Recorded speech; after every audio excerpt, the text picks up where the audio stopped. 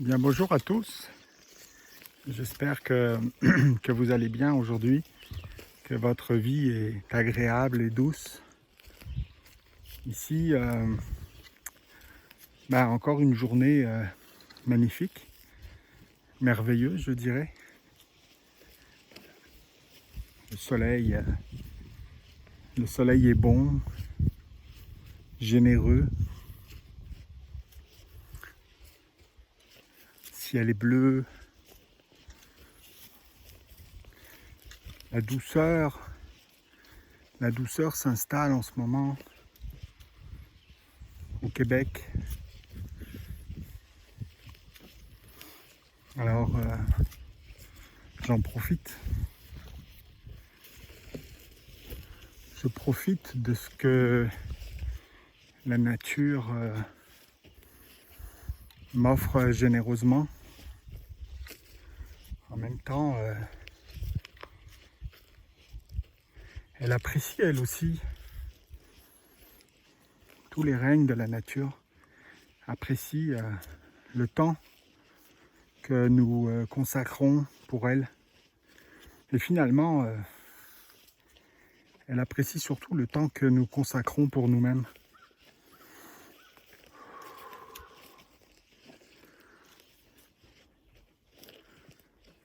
Prendre du temps pour soi, c'est une façon bien sûr, de s'occuper de soi. C'est une façon d'être généreux avec soi.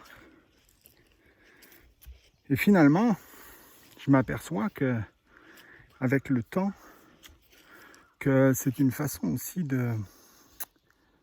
d'être généreux avec les autres, d'être généreux avec le règne humain, avec nos amis, bien sûr notre famille, nos êtres aimés, et tous les inconnus qu'on va croiser dans notre vie. Alors j'apprends cette générosité, qui est une loi au passage, je vous laisse aller regarder ça, qui est une loi universelle, une loi de l'univers. Il y a les lois de l'humain, que nous connaissons plus ou moins. Il y a les lois de la nature aussi. La nature a ses propres lois. Mais il y a aussi les lois de l'univers. Des lois cosmiques. Alors je vous invite à regarder sur Internet les lois cosmiques, les 12 lois cosmiques. Il y en a une qui parle justement de la générosité. La générosité de soi et de ses biens, de sa personne. C'est une vertu que j'ai choisie pour cheminer. C'est une des 12 vertus. J'en ai choisi 12 pour cheminer, pour évoluer, pour guérir, pour libérer, pour me connecter aussi toujours un peu plus à moi, à mon âme. Et en même temps, je me connecte aussi au règne de la nature. Je me connecte à l'univers. La générosité. Alors, bien, je commence par moi. Je commence par me donner généreusement du temps. Généreusement aussi, je prépare un terreau aussi pour mon bien-être, pour mon mieux-être, pour mon bonheur, ce que j'appellerais le bonheur. Alors, plus je suis généreux envers moi-même et plus je me rapproche de mon objectif. un objectif qui est d'être toujours plus heureux. Toujours, toujours. Un pas à la fois, comme dans cette forêt que je vous partage depuis un certain temps. J'avance, je marche. Je marche non pas d'un point A à un point B, comme souvent nous sommes habitués de marcher parce que nous avons un but à atteindre dans la physique, dans la vie de tous les jours. Marcher pour se déplacer. Grand privilège que nous avons lorsque nous avons cette chance d'être en santé, d'avoir nos jambes et notre corps qui fonctionne assez bien pour nous permettre de marcher. Alors j'ai appris à apprécier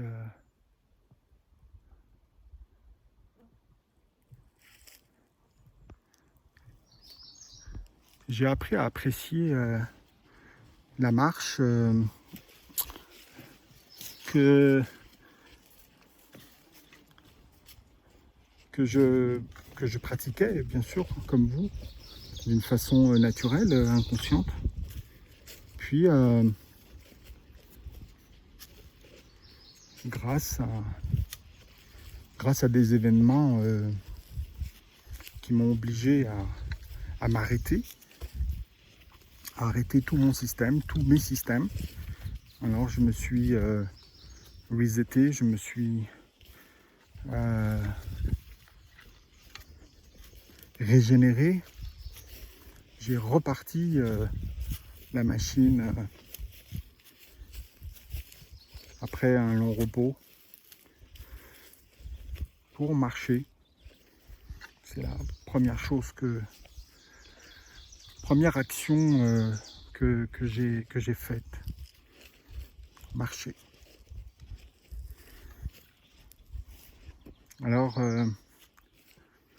ce matin, je vous partage un petit peu de cette marche. Cette marche finalement qui s'est transformée pour moi en une marche du point A au point A.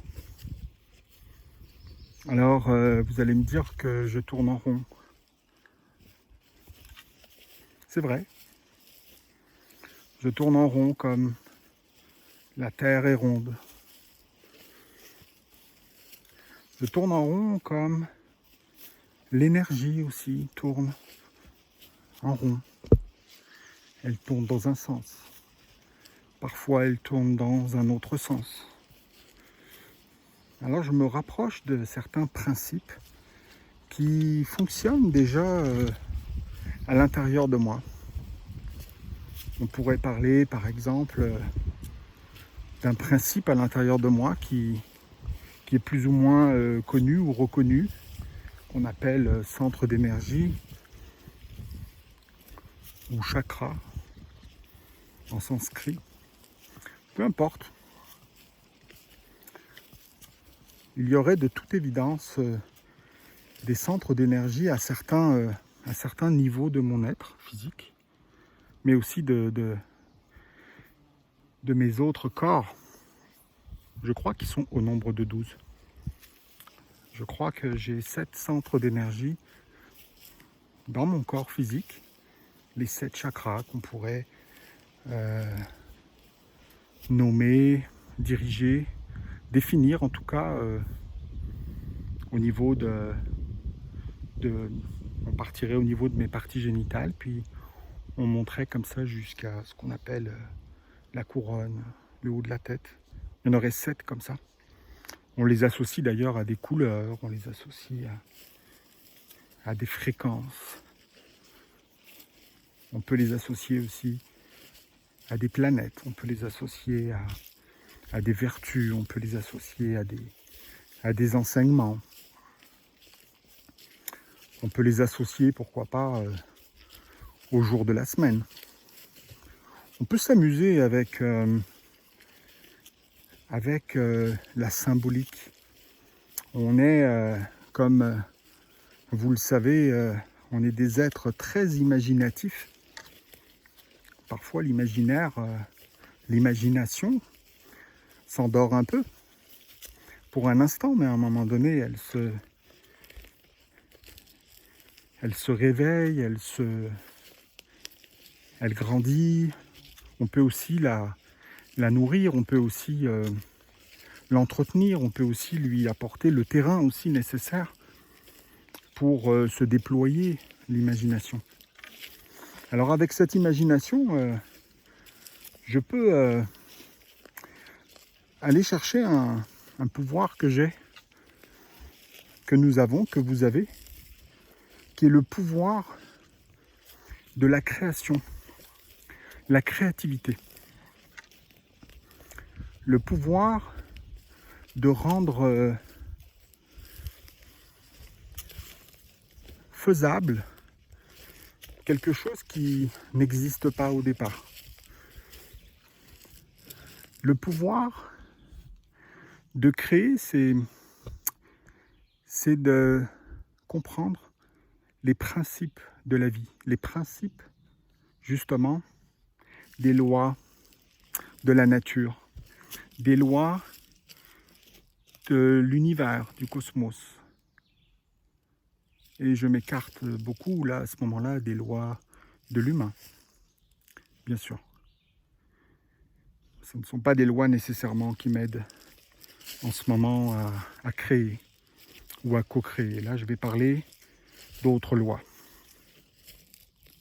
qui sont en train de jaillir de la terre, de nos consciences, petit à petit, un pas à la fois. Ces vieilles lois qui datent certainement de la création de l'univers ou des univers. J'avoue être dépassé par cette réalité finalement. Aujourd'hui, est-ce qu'il m'importe de savoir ce qui s'est passé il y a des millions d'années ou ce qui se passe sur d'autres planètes ou dans d'autres univers, pire? Finalement, j'ai déjà du mal à comprendre ce qui se passe en dedans de moi. Déjà, j'essaye déjà de comprendre avec le cœur, avec l'esprit, et je parle de compréhension spirituelle, non pas d'une compréhension mentale. Qu'est-ce qui se passe en toi, Laurent? Qui es-tu? Comment est-ce que tu fonctionnes? Pourquoi est-ce que tu penses comme ceci ou comme cela? Que veut dire cette émotion? Ou celle-là, qu'elle soit positive ou négative? Pourquoi as-tu agi ainsi? Pourquoi est-ce que tu as posé tel acte qui, finalement, peut-être t'a apporté un bien-être, parfois, j'espère, de plus en plus souvent. Mais je parle aussi de ces actions que l'on fait et qui nous apportent un mal-être, quelque chose qui se passe en nous. Peut-être est-ce la culpabilité ou la honte. Peut-être quelque chose comme ça.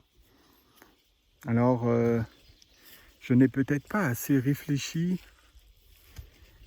avant de poser ce geste, de dire cette parole, ou de libérer une émotion négative sur mon entourage.